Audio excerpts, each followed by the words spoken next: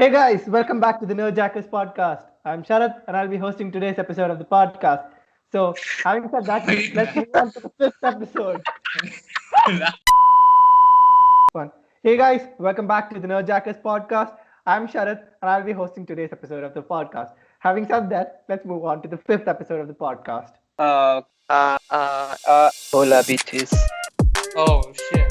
Oh shit. My pencil's let go. 3, 2, 1, go. Ah, man. Bro, why would I do that? Okay. Dangerous cunt. You shit. Cool, let's go. Let's go. Let's go, okay. Tell them it's scripted. Okay, bro, so tell them what are we going to talk about? Okay, yeah. Oh, so today we'll be talking about two main things. The technical segment. For the technical segment, we'll be talking about overspending by the government for space-related issues. And then for Zoom Talks, we'll be talking about the potential social media ban in India. And of course, for the entertainment segment, we'll be suggesting movies for you all to watch. That's dope, bro. Let's go. Okay, folks, so moving on for the first segment, the technical talk. Today's technical topic is the issue, or perhaps non-issue of the government spending way too much on space exploration. So starting off with, I'll be giving a gist related to the topic. So we are living among one of the times which has the highest space productivity, where companies like SpaceX and Blue Origin are taking space exploration to a next level. We still have a lot of issues surrounding the topics of space exploration. In a time where there are 114 satellites launched in a year, which being the year 2022, space expenditure is hitting new levels, which also brings in some cost. NASA's annual budget being $22.629 billion in a year, which is a relatively high sum. So, Ron, do you have anything that you would like to say about that? Yeah, I mean, basically, we need, on one side, we need to, for the sakes of development, we need to become a interplanetary species, just like, the Kardashev scale. You must have heard about it. Like humans rank 0.7 on the Kardashev scale. So to develop, we need to, there are 7 levels, I guess, 7 basic levels. So at least to move to the first level, space exploration and technology is a must. But the problem of unconscious capitalism, which happens in countries like the United States, which controls NASA, is that they spend huge amounts of money into development, but it's just basically pseudo development because only one section of society is benefiting from it, whereas the poorer section cannot benefit anything in their generation from this. So instead of this, they can, they must indulge in space exploration, but instead of putting a huge amount of money or betting a huge amount of money on such a unnecessary topic right now, they can use it to curb poverty, take care of retirement options, protect the older generations of America, not only America, any other country in general, any other country that spends a lot on. Yeah, bro. Except India, the older generation of India doesn't deserve to live. Genocidal shit. So talking about that, so since you mentioning the Kardashev scale, so I think reaching to another planetary level reaches the Kardashev scale of 3, and we are still 0.7 odd.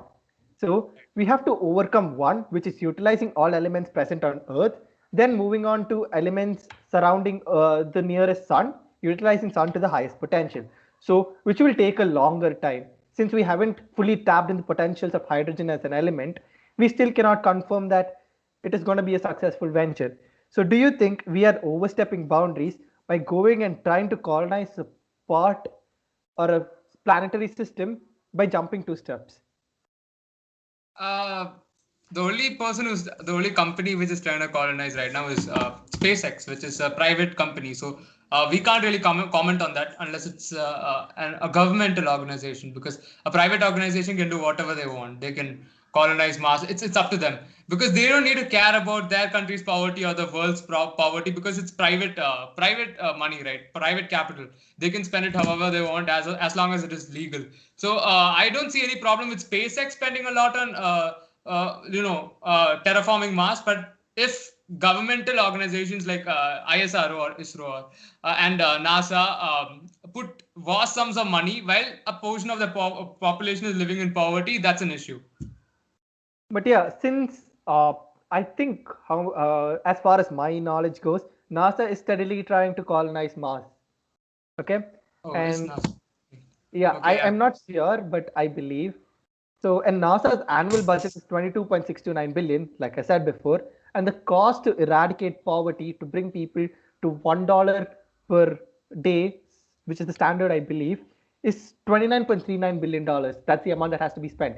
So if NASA shells out at least half of their budget for a year, we could eradicate poverty to a certain extent. So what do you have to say about that? Do you mean world poverty or USA's poverty? I believe this is world poverty or US poverty. Okay, yeah, we'll go assuming this is the United States poverty. Well, that is not a bad leap. I mean, if it is for the people of the United States, not a problem. Except for the loss of jobs at NASA, that could happen, but it's not a big deal. I mean, not like that. It wouldn't hurt the economy much if you gave half of it. But still, the maintenance costs of the multiple rovers, the ISS, and all is very important. So they need to keep it up. You can't just throw ISS over there and come here. But perhaps putting half of that, which is 10 billion, maybe perhaps into curbing poverty is a really good idea. Mahesh, do you have anything to say about overspending in space? I think whatever I had to say was said by Ron just now. So yeah.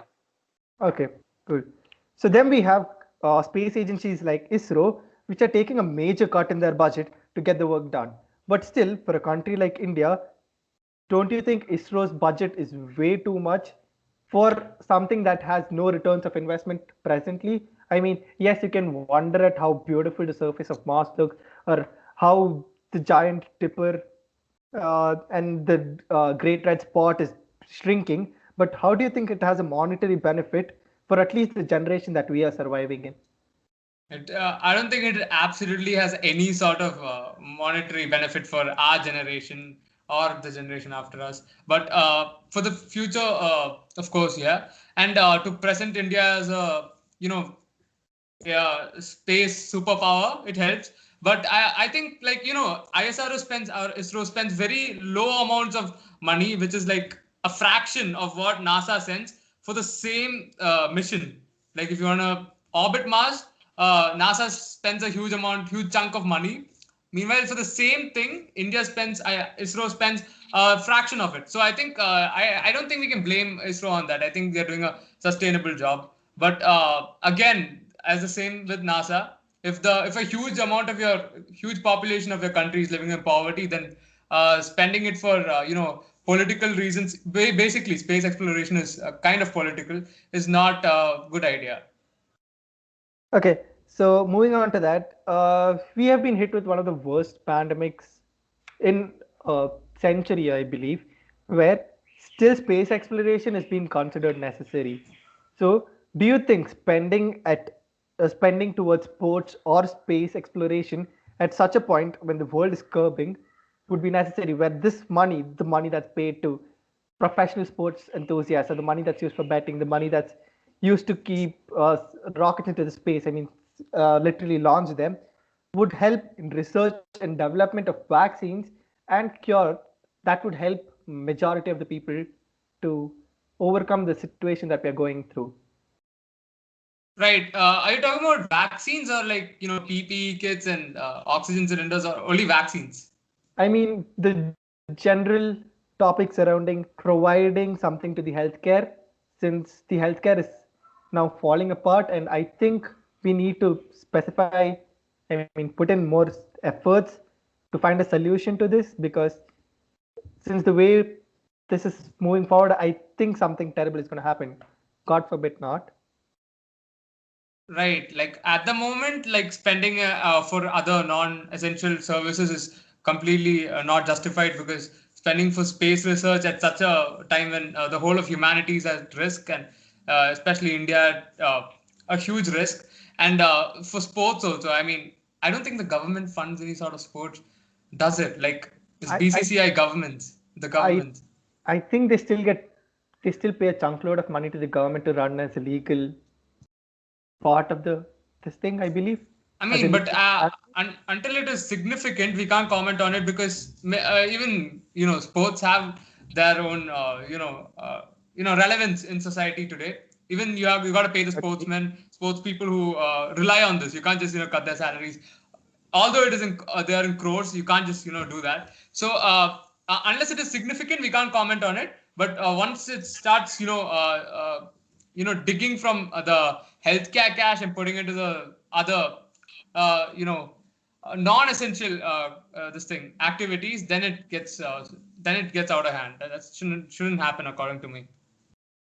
Okay, so I would like to conclude the topics related to space by telling space exploration is necessary, and I totally support space exploration. But since looking at the current scenario of how things are going, I do not think it is wise to spend on space expenditure now. And with that, we'll be ending our technical segment and we'll be moving on to the Zoomer Talks. Zoomer Talks, since yesterday, I believe, we have been going around. So, yesterday, that being the 25th of May, there are rumors that are floating around saying the government could totally ban multiple social media, big houses like WhatsApp, Facebook, and Instagram, and Twitter as well. So, what do you have to say about that, Ron? Well, according to me, I think the tech giants are a huge risk of getting banned in India because of the new IT rules, the very catchy ones. I think everyone should the Gen Z and millennials exactly especially should know about it because this is a huge leap you know backwards. It's not progression. It is regression. I think that's a word. I think it's regression. So Yeah. what happened is this thing the IT laws are such that they're basically a form of censorship. It's basically the government has control to what is posted on the social media in more legal and technical terms that I can't explain right now. So if the government doesn't like it, they need to have full power to remove it, which they don't currently. They don't have that power. Only the giants like Facebook, Instagram, or Twitter has the power to remove any sort of tweets. Like the government themselves does not have any control over the content that's posted online by Indians, by the people of their own country. So the new IT rules are just beseeching the tech giants to allow them to impose a censorship laws. Like if the government doesn't like it, and they also ask for the appointment of government generals, officials to look after the content that's posted online. So if you post anything that's against the ruling party, your post or your account can get deleted. So I think everyone needs to know this because it is a huge hit to the freedom of speech and expression. So, since India proclaims itself to be a democratic country, breach of freedom of speech, don't you think is a huge hit to the concept and the ideology of democracy? Yeah, I mean, India, like in a previous report, like very recent one, India ranked almost at the bottom, in the bottom side of the most free countries to live in. So I think we are going through sort of autocratic rule right now. I mean, we can't do anything about it. Is there an impeachment law in India? Can we, Oh, can we impeach that guy? Bro, all the boomers are running the country, bro. What else can we expect? I know, right? Like, I guess it's uh, time that millennials and Gen Z start getting interested into politics or something, so that all these things doesn't happen more. okay, yeah. We do not endorse any political activity. Please do not ban us as of now. Yeah. Okay, yeah. And yeah, so Mahesh, what do you have to say about this, bro? I mean, what else do you Bro, have to do? it's just India is now taking more steps forward, like towards conservatives. Like it's just becoming more and more conservative, bro. Like first ban of PUBG games and everything. Like that was like kind of understandable because of the Chinese that war and something was going on, right? Yeah. So because of that, and even TikTok, everything got banned, and now all the social media apps and everything. Now what are we supposed to do? Like coming back to the newspapers or what? Like you get the point, yeah. So it's just keep on becoming the conservative. Like it's just becoming more and more conservative. Yeah, so do you think there is a way out of this? I mean, other than throwing the ruling party out, any other ways in which we can meet eye to eye with the government's decision of banning social media giants? yeah, I think I have one. Wait, just like currency is becoming decentralized right now, like the governments are losing control of currencies across the world, like blockchain technology, which Yeah. Bitcoin is not under government. So we need a social media that is decentralized, that is not controlled by anyone. That's not even controlled by an entrepreneur like Mark Zuckerberg. It's controlled by the people. You need a blockchain version of a social media website or an app that no one has absolutely any control over. You can post what you want, whatever you want, and no one bans you unless it is in It public becomes, favor. bro. They can Then vote to it ban becomes a like post. dark web. No, it No, no, becomes like dark web or something. no, I'm telling you, right? Like they can vote to ban a post. If a post is racist, if many enough people vote on it, you can ban it. That's how it should work. Okay, so looking at the present scenario, RIP how, anti-BTS posts. We can't put anti-BTS. No anti-BTS posts. They have an okay, army. since the idea that was coined, do you think it will be accepted by the wider public? Because since people want to vent out their anger towards the ruling party once their wishes aren't fulfilled, so creating a decentralized social media app would be again going against the ideology the government wants to impose regarding the establishment of some officials in the multimedia houses. So isn't it again going against their idea? Do you think such a social media app would be given permission to run in India? I mean, Bitcoin is being allowed to run in India, right? It's not in the control of RBI. I mean, The rupee is losing its value against Bitcoin. So if the government is allowing that, as long as it allows that, because eventually, since it is controlled by the people, the government will eventually lose control over decentralized systems. That is the whole concept of decentralization.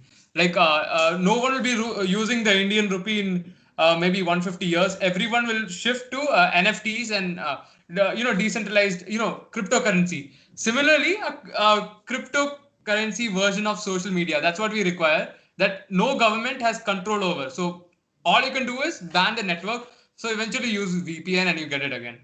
On in such networks, no government has any control. You are running it. You yourself are an owner of the company. It's not like buying stocks exactly. It's like Bitcoin. I mean, you yourself own Bitcoin. If you own even a small part of it, you control Bitcoin. You do what you want. Same thing. You need a similar social media platform that governments have absolutely no control over. That rich people, billionaires have no control over.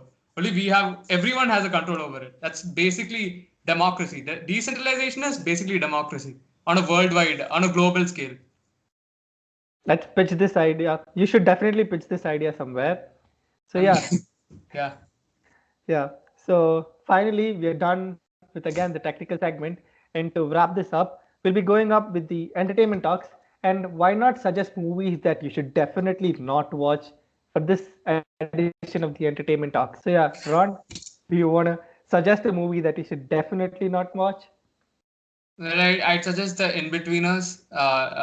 You should definitely not watch that movie because it's full of, I can't even say it out loud, Bro, man. alright, Just like it's the best family movie, man. Like you can. Shit. I mean, you can just get your friend in trouble by suggesting them as a the movie as a good family movie, but overall, you can't. Shit. Okay, and Mahesh, any A suggestions? movie which you should definitely not watch. Yeah, definitely not watch. Bro, if I tell that movie, I'll be like, I feel scared to walk on footpaths. Okay, What? we all Uh, get where it's going. yeah. What is Yeah, it? anyway, just say it out. What is it, dude? I think the movie is Yeah. getting way too much The weight. Radhe, bro. Radhe. Uh, Oh, shit. that movie is a next level thing. Nolan got terrified after watching that, I believe. Shit, it's cancer. Shit. Okay, yeah. And let me think. Some movie that you should not watch. Again, going back to the Indian cinema industry, I think you should definitely not watch Coolie #1. I made the terrible mistake of Oh. watching the movie and I still regret it. Yeah, so definitely don't watch Coolie #1. So that's it, guys. That was for the 5th episode of the podcast. We'll be catching you again with another funky outfit, maybe, and another weird topic. Yeah, bye, guys.